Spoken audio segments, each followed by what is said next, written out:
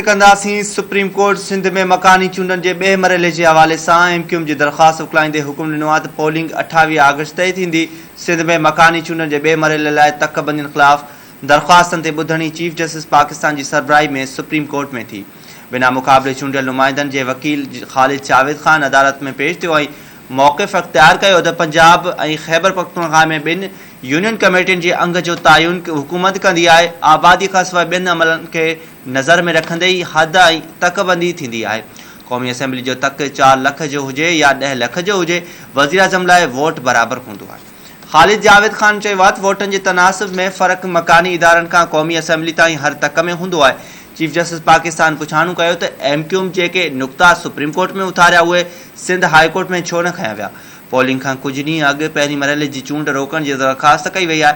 High court चयो त जनवरी खां जून ताईं एमक्यूएम वारा छो सुता पिया हुआ। अपील में नवनि नुक़्तनि जो जाइज़ो कीअं वठी सघूं था। ख़ालिद जावेद चयो आहे त इलेक्शन कमीशन खे तकनि जो अंग तब्दील करण जो अख़्तियार आइन बि नथो ॾिए। तकनि जो अंग आइन ऐं कानून में तय थियल हूंदो आहे। एडवोकेट जनरल सिंध पंहिंजी दलीलनि में चयो आहे त एमक्यूएम तकबंदी अथॉरिटी सां रुजू ई नाहे कयो। इलेक्शन कमीशन ऐं सूबाई हुकूमत गॾिजी कमु कंदियूं आहिनि। इलेक्शन कमीशन जी हिदायत ते केतिरियूं ई तकबंदियूं तब्दील कयूं वयूं आहिनि। वोटरनि खे हदबंदी सां को बि फ़र्क़ु नथो पए। सियासी जमायतनि जो मसइलो रुगो मेयर जी चूंड जो आहे। कंहिंखे ख़बर आहे उहो मेयर कहिड़ी पार्टी जो चूंडिजी ईंदो। चीफ जस्टिस उमर अता बिंदयाल चयो आहे त तकबंदी एतिरी हसास नोयत जी बि न हुअणु घुरिजे। इलेक्शन कमीशन खे सम्झाइणो पवंदो त तकबंदी कहिड़े बुनियाद ते करणु घुरिजे। मसइलो रुगो चूंडनि जो नाहे, तरक़ियाती स्कीमनि ऐं फंडनि जो बि हूंदो आहे।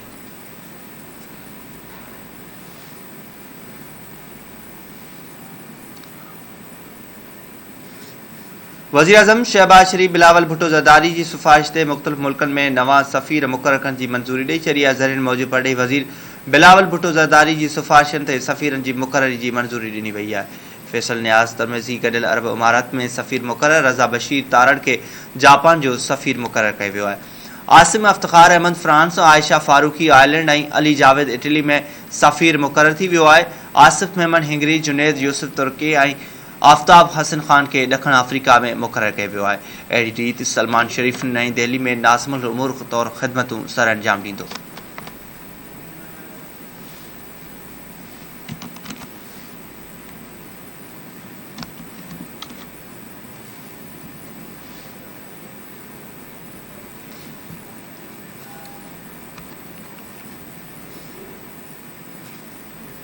ऐं नाज़रीन हाणे ज़िक्र हूंदो सिंध जे मुख़्तलिफ़ शहरनि में बरसात जारी आहे। बरसात वारा हेठाहीं वारा इलाइक़ा पाणी हेठि अची विया आहिनि। दौलतपुर, केटी बंदर, कंदकोट, मीरो ख़ान, मीरपुर बुरडो, कंबर, उडेरोलाल बरसात जारी आहे। रोडनि रस्तनि ते पाणी बीहजी वियो आहे। दौलतपुर में बि तेज़ हवा सां गॾु बरसात जारी आहे। ज़िंदगी मफ़लूज बणिजी वई आहे। घरनि रोड रस्तनि में पाणी बीहजी वियो आहे। शहरियुनि मूजिबि बरसात दौरान बिजली गाइबु हुजण सबबि हू बिटे अज़ाब में मुब्तला थी विया आहिनि। केटी बंदर जे सामूंडी पट्टीअ जे बघाण ॻाढ़ो समेत मुख़्तलिफ़ इलाइक़नि में तेज़ हवा सां गॾु बरसात जो सिलसिलो जारी आहे।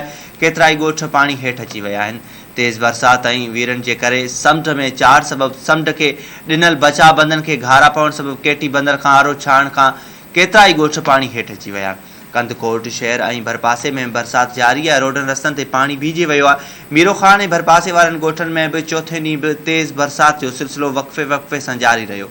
बरसात सबबि हेठाहीं वारा इलाइक़ा पाणी हेठि अची विया आहिनि। आबादकारनि मूजिबि बरसात सबबि सारियुनि जे फसल खे कापारी धकु लॻो आहे, जॾहिं त सरकारी ऑफिसनि स्कूलनि समेत हेठाहीं वारनि इलाइक़नि में पाणी बीहजी वियो आहे। शहरी घरनि ताईं महदूद थी विया आहिनि। मीरपुर बठोरो में मुसलसल 2 ॾींहंनि खां बरसात जारी। शहर जे मुख़्तलिफ़ इलाइक़नि में पाणी बीहजी वियो आहे। बरसात सबबि मुख़्तलिफ़ इलाइक़नि में पब्लिक पार्क, रेशम गली, मेन बस स्टॉप, इरीगेशन मोहल्लो, खोरवा चौक समेत सभई इलाइक़ा पाणी हेठि अची विया आहिनि। आबादकारनि मूजिबि सारियुनि जे फसल खे नुक़सानु पहुतो आहे। कंबर ऐं भरपासे जे इलाइक़नि में बि बरसात जो सिलसिलो जारी आहे।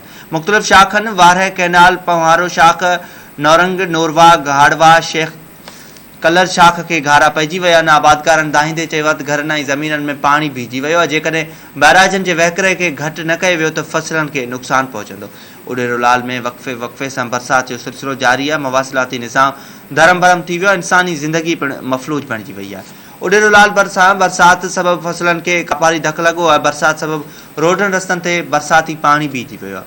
हुननि आला अख़्तियारनि खे अपील कई आहे त पाणी जी नेकाली जा जोगा बंदोबस्त करे सहूलियतूं फ़राहम कयूं वञनि।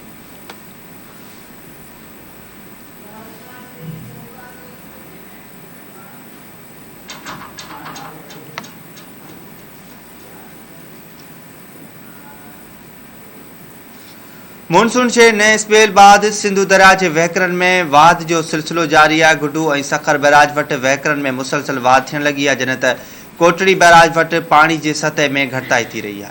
गुडू और सखर बैराज वटि नंढी बोड वारी सूरत हाल बरक़रार। गुडू बैराज वटि पानी जो मथां वहकिरो 3,74,680 ऐं हेठां वहकिरो 3,43,415 क्यूसेक रिकॉर्ड कयो वियो आहे। कंट्रोल रूम मूजिब सखर बैराज वटि पानी जो मथां वहकिरो 2,79,722 ऐं हेठां वहकिरो 2,76,222 क्यूसेक रिकॉर्ड कयो वियो आहे।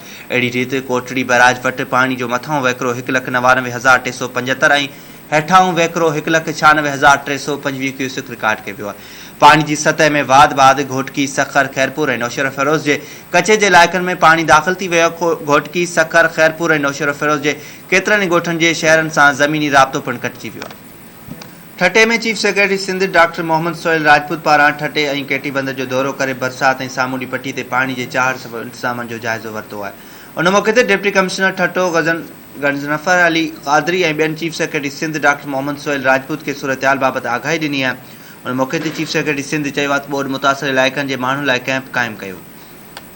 चीफ सेक्रेटरी सिंध लाॻापियल अमलदारनि खे हिदायत ॾींदे चयो आहे त ज़िला इंतज़ामिया ऐं पीडीए में मुतासिरनि खे सहूलियतूं फ़राहम कनि।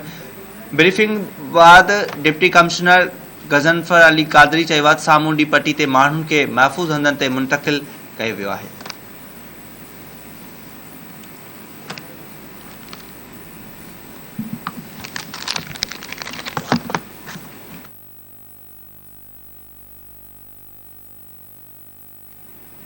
कंदासीं हैदराबाद की ज़िला इंतजामिया बरसातनि जी अकथियुनि के नज़र में रखंदे हिकु ॿियो हाई अलर्ट जारी करे छॾियो आहे।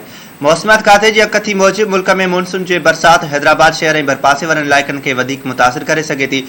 मौसमियात खाते मूजिब हैदराबाद शहर ऐं उन जे भरपासे वारनि इलाइक़नि में 200 मिलीमीटर खां बि वधीक बरसात पइजी सघे थी। मौसमियात खाते अकथी कंदे चयो आहे त ईंदड़ 24 खां 36 कलाकनि दौरान तेज़ बरसात थी सघे थी। मौसमियात खाते जी अहिड़ी अकथी बाद डिप्टी कमिश्नर हैदराबाद पारां हाई अलर्ट जारी कयो वियो आहे। डिप्टी कमिश्नर अवाम के अपील कंदे चयो आहे त बरसात दौरान गैर ज़रूरी घरनि खां ॿाहिरि न निकिरनि ऐं कंहिं बि अणवणंदड़ वाक़े खां बचण लाइ बिजलीअ जे थंभनि खां फ़ासिलो बरक़रार रखनि। डीसी पारां शहर जे दुकानदारनि खे हिदायत कंदे चयो आहे त ईंदड़ 2 ॾींहंनि ताईं दुकाननि खे 3 वॻे ताईं बंदि कयो वञे। डिप्टी कमिश्नर पारां ऑफिसरनि खे हिदायतूं जारी कंदे चयो आहे त लाॻापियल इलाइक़नि जी निगरानी कई वञे। बरसात बाद बंदि थियण सां ई पाणीअ जे निकाले समेत मुमकिन बचाव जा इंतज़ाम कया वञनि।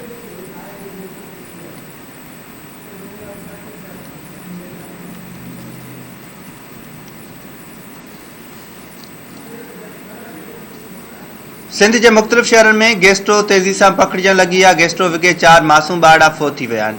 उडराल कोटड़ी खैरपुर सेवण और भान सईदाबाद में गैस्ट्रो वबा तेज़ी से पकड़जण लगी है। सेवण वेझो मंशूर ढंढ ते गैस्ट्रो वबाई सूरत अख्तियार करे वही है। गैस्ट्रो विगे वधीक 3 मासूम ॿारड़ा फोत थी विया आहिनि। गैस्ट्रो सबब 2 वरनि जो इरफान मल्ला और 3 वरनि जो इरफान मल्ला और ॻोठ दोस्त मोहम्मद रोदनानी वासी मासूम ॿारड़ो फोत थी वियो आहे।